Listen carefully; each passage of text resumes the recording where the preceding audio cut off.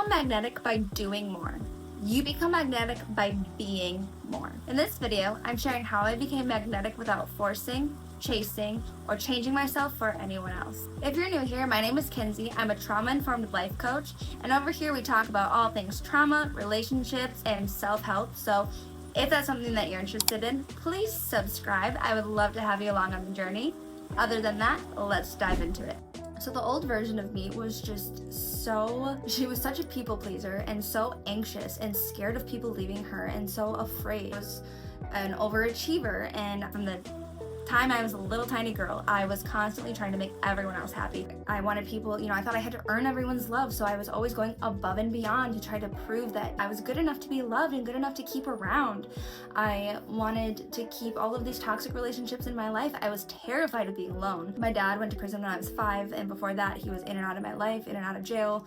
My mom worked a lot, so I had abandonment issues, like deep-seated abandonment problems. So I always felt the need to prove myself and people please and make people like me and love me and think that I'm good enough to love and that I'm worthy of it. I always had to over-explain everything to justify my actions. That was so unnecessary. I thought that being loved meant being agreeable, so I would agree to things that I didn't want to do or things that I didn't believe in. I thought that being loved meant being constantly available. Even if I wasn't available, I would make the time for people or work when I didn't want to work. Thought that it meant being easy to access, so giving people my energy and my home and all of these things. That version of me was so tired and so anxious and depressed and drained, just constantly this empty shell of a person. But then I started my healing journey.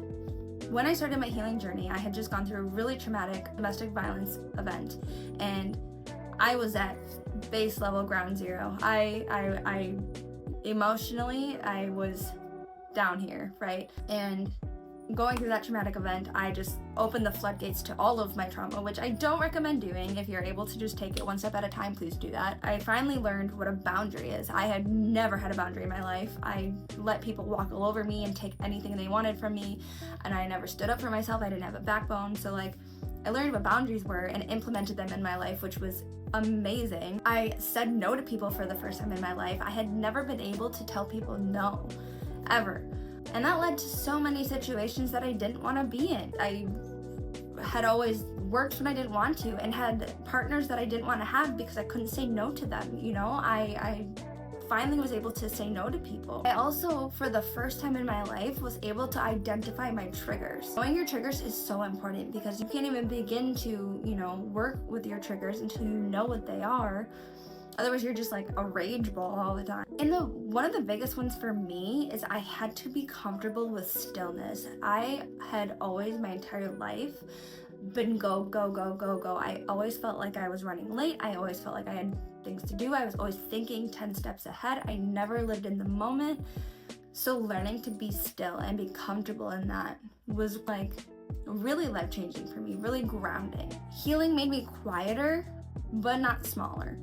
I really secluded myself, not in an unhealthy way, but I really focused on myself, and I stopped focusing on hanging out with friends or working so much because I needed the money, and I really focused on myself. And it made me so much softer, not weak, but soft. I learned why people do some of the things that they do.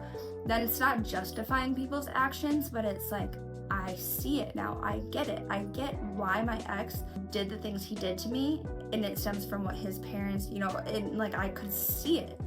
And then I became so much more magnetic because I was aligned. I noticed I would go places and be in my head minding my own business, and I would have so many people come up to me and give me compliments or just start talking to me, have a conversation with me. I would be the person that people would start talking to. You become magnetic when you become aligned, and you become aligned when you start to heal. People love authenticity. So when you're trying to please everyone and you start to, have your own voice and your own thoughts and your own opinion, when you start to be able to say no in a, not a disrespectful way, but say no to people, stand up for yourself, say what you think and don't think, disagree with people, have your own thoughts, have your own opinions.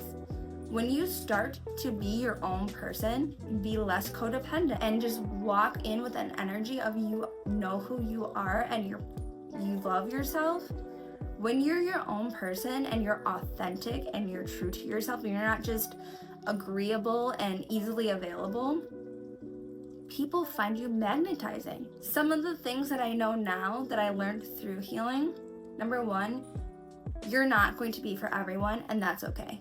There are billions of people in this world. You cannot expect that everyone's going to like you. You cannot expect that you're going to be for every person in this world. It's just not going to happen. But you're going to be for a lot of them. A lot of people are going to love and appreciate you. A lot of people are going to think you're the most amazing person in this world. Value the people who value you. Appreciate the people who appreciate you. If somebody is showing you disrespect, don't keep them in your life. Don't try to earn their respect. You do not have time for that. And always let energy speak first. Your energy picks up on things before you're able to pick up on things. So if you can feel something, don't trust what's coming out of somebody's mouth. Trust what you're feeling from that person. You don't need to be loud or constantly seen. Your presence carries weight. The loud people in the room does not make them the best people in the room, right? You can be the most silent person in the room and be the strongest person in that room. Your energy is the strongest and most important thing about you. Your energy is the most magnetizing thing about you. I do not chase a single thing in my life. I let what's aligned for me find me, and it always does.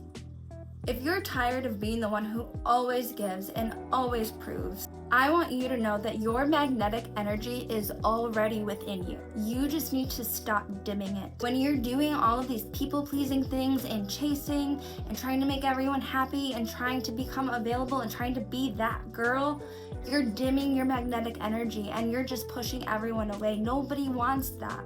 Don't try to be that girl. There's a million of that girl. Stop dimming yourself to become somebody else. If you're ready to find that version of you, I can help you find her. Subscribe if you're ready to find your power. Other than that, I'll see you in the next one.